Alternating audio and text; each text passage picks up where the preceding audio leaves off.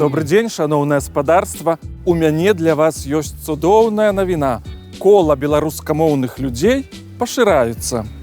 Па-беларуску загаварыла расейская журналістка, якая сёння прыйшла да нас у госці. Гэта колішняя супрацоўніца Алексея Навальнага, а таксама прадстаўніца рэдакцыі «Вот так» на Белсаце Александра Шапаліна. Прывітанне, Александра. Прывітанне. У чым жа ж сакрэт? Чым вас прыцягнула беларуская мова? Гэта здаралася выпадкова, то бок не было плану вучыць беларускую мову, але так сталася, што я працую на Белсаце. Але працую я ў расійскамоўнай рэдакцыі.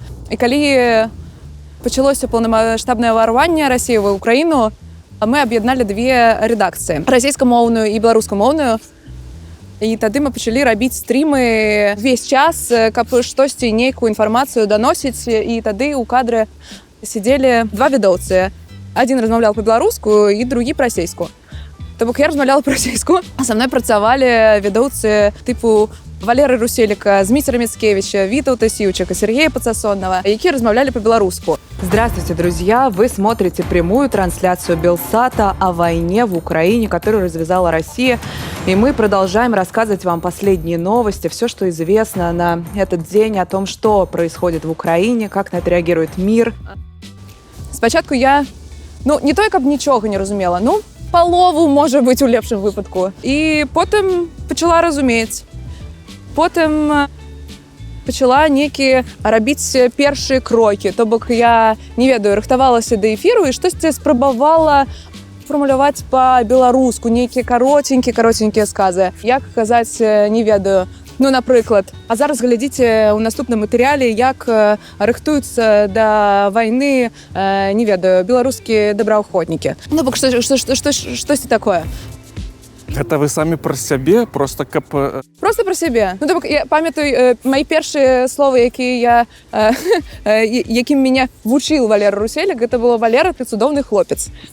У меня ушло, можа, дні 3, каб гэта улажылася ў галаве. То бок я так: цудоўны, як гэта будзе? Яшчэ раз, прекрасны, это як? Цудоўны, ага, добра. І гэта былі нейкія першае слова, было цудоўны. Бо хлопец я больш-менш разумела.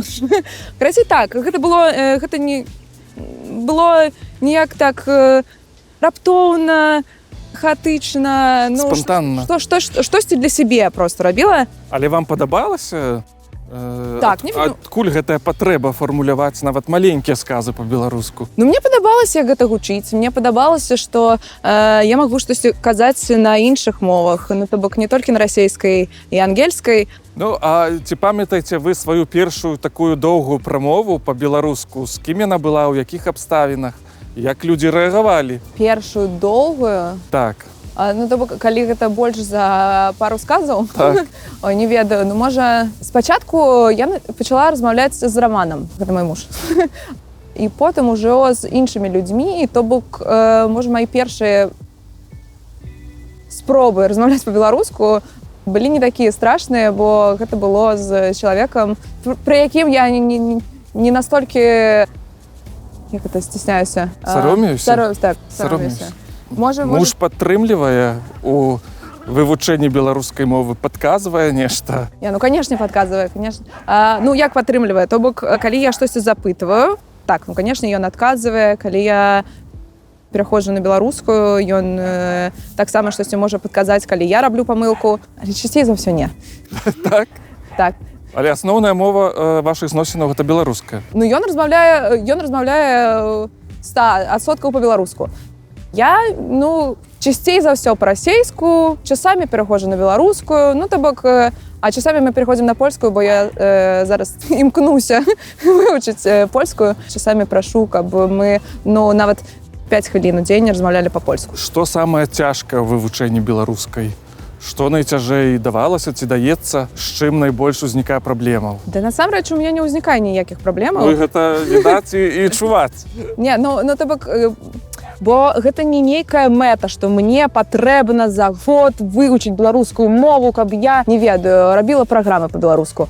Не, гэта тое, што я раблю для задавальнення. Я атрымліваю ад гэтага асалоду, я ніяк сабой задаволеная. што я вывучыла. Ну і гэта нейкая чыстая радасць. Ну то бок гэта не штосьці, што я павінна рабіць, бо я не павінна. Ну не хачу, магу не размаўляць. Хачу, магу размаўляць. Ну нейкага ціска таксама няма з боку мужа, прынамсі. Былі нейкія смешныя выпадкі, калі вы няправільна ўжывалі нейкія словы, альбо адбывалася інтэрферэнцыя і вы змешвалі словы, ці няправільным значэннем, магчыма, нешта ўжывалася? Неправільным значэнне? Так. Дакладна былі. Напрыклад, быў смешны выпадак на працы. Калі я размаўляла з нейкім госцем, я забыла слова па-расейску. Я памятаю, як гэта будзе па-беларуску. Праваабаронца. Але я не памятаю, як гэта будзе. І я намагаюся ўспомніць. Я такая, праваабаронца. Гэта можа... Зараз, і я блытала правазащитнік і праваахранитель. То бок я думала, праваахранитель. Не, гэта вогуле інше. Гэта сілавікі. І я не памятала. І мне давялося запытаць у гостя, типу, просить, пожалуйста, праваабаронца. Вы понимаете, о чем я говорю? Ён зразумеў, бо, магчыма, ён быў украінец, ці штосьці такое, ну, то бок ён зразумеў, што я мею на ўвазе, але, ну, я насамрэч не памятала. У нас, беларусаў, як і ў любой іншай нацыі, багатыя сінанімічныя шэрагі, што да назваў сваякоў, асабліва блізкіх нам. І апошнім часам слова «бацька» паўтараецца хіба што часцей за ўсе іншыя. І не таму, што для беларусаў бацька бліжэйшы за маці, а хутчэй таму, што слова «бацька» стала ўжо ў нас палітычным найменнем. На самой справе у цэлым існуе цэлы шэраг словаў, звязаных з паняццем бацькі, якія часта блытаюцца ва ўжыванні. Гэта і тата, і айцец, і нават папа. Давайце разбірацца. Ну, па-першае, само слова «бацька» – гэта назва мужчыны ў адносінах да сваіх дзяцей. Прычым слова універсальнае, якое ёсць як і ў афіцыйным, так і ва ўсіх іншых стылях мовы. А вось у гутарковай мове часта гаворым не бацька, а тата. Бацька – гэта таксама заснавальнік, распачынальнік чагосьці. Менавіта ў гэтым значэнні больш за 20 гадоў гэтае слова фігуруе і ў нас. Дарэчы, патрапіла таксама і ў расейскую мову. І нават з'явіўся не зусім, як на маю думку, прыстойны хэштэг «Я бацька», пра які кажуць, што гэта саманазва тых, хто падтрымлівае Александра Лукашэнку. У нашай мове таксама ёсць слова «айцец», якое часта памылкова прымаюць за русізм. Але айцец – гэта старое запазычанне, якое сустракаецца і ў народных гаворках. Слова «айцец» з'яўляецца сінонімам да слова «бацька». Але сёння ў гэтым значэнні ўжываецца досыць рэдка. Звычайна айцом называюць святара, служыцеля культа. А пры звароце да яго часта выкарыстоўваюць клічную форму «ойча» або «войча». Ойча Тадэуш, войча Александр. Ну і на дэсерт. Аказваецца, ў нашай мове таксама можна ўжыць слова «папа». І гэта не будзе памылкай. Папа ўжываецца толькі ў дачыненні да вярхоўнага пантыфіка. Правільна мы мусім казаць «папа рымскі, Францішак», а ніяк не тата рымскі, не бацька рымскі і не рымскі айцец. Ужывайма правільныя формы, сябры, і не блытайма папу з татам. Александра, а вось калі вы жылі ў Расіі, у Маскве, вы нешта ведалі пра беларускую мову, пра беларушчыну, увогуле пра тое, што Беларусь мае сваю мову? Даходзілі да вас такія звесткі? Такія звесткі даходзілі. Я ведала пра гэта. Насамрэч, адзін з маіх лепшых школьных сяброў быў з Беларусі, і ў яго беларускамоўная сям'я. У Маскве? Так. Ён нейкія словы пісаў дзіўна. Ну, напрыклад, то бок трэба пісаць «молоко», ён піша «малако». І я думала, што ў яго дыслексія. Потым зразумела, што гэта проста, ну, па-беларуску. Што гэта проста па-беларуску. А агулам нейкая тэма беларускай мовы ці увогуле Беларусі ўзнікала ў вашым асяроддзі тады ў Маскве? Нейкія стэрэатыпы, магчыма, пра Беларусь з'яўляліся? Ці Беларусь была вядомая толькі праз Александра Лукашэнку? Ці нешта яшчэ? Трактар беларус, можа? Беларускі трыкатаж. Я не памятаю, насамрэч, нейкіх стэрэатыпаў. Ну, гэта не была тэма, якую мы абмяркоўвалі, напрыклад, сябрамі. Но я памятаю, калі я пачала неяк пагружацца ў тое, што адбываецца ў Беларусі. Бо, нягледзячы на тое, што я вучылася на паліталогіі, на бакалаўрыяце ў універсітэце, я не шмат разумела пра Беларусь і нават пра палітычны рэжым. Ну, то бок я ведала, што Штосьці там адбываецца. Што ёсць Лукашенко, што ён тыран, што ён шмат гадоў ужо, ну, і што гэта, ну, не тое, як павінна быць у краіне дэмакратычнай. Але я не ведала нейкіх нюансаў, нейкіх падрабязнасцей.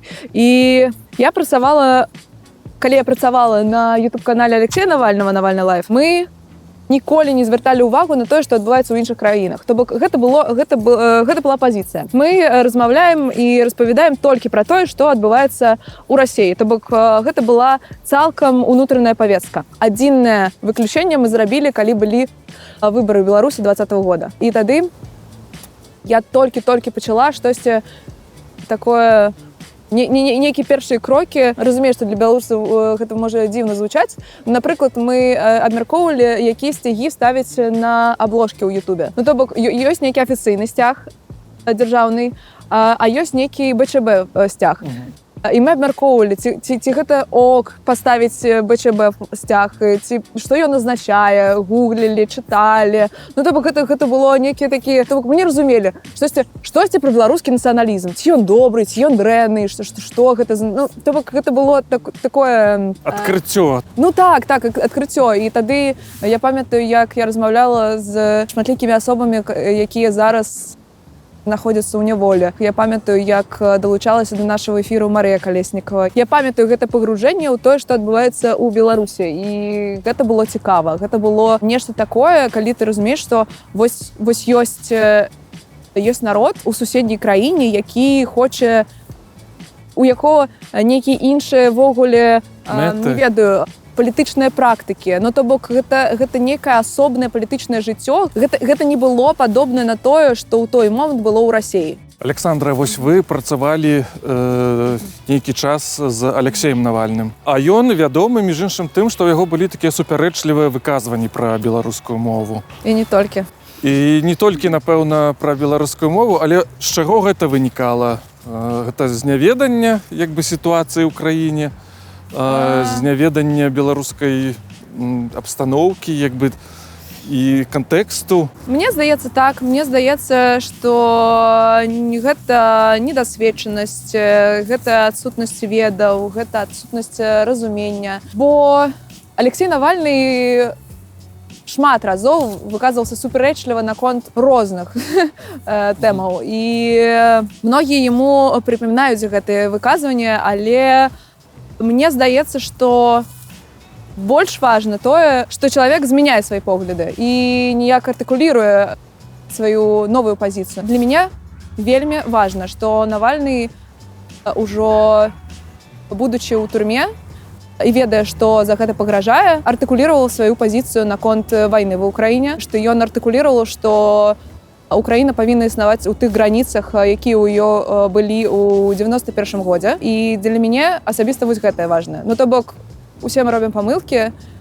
Я вельмі цешуся, што Алексей Навальны, ну, для мяне, прынамсі, ўсё гэта прыкрыў. Ведаю, што ў Расіі яшчэ адна вядомая постаць публічная.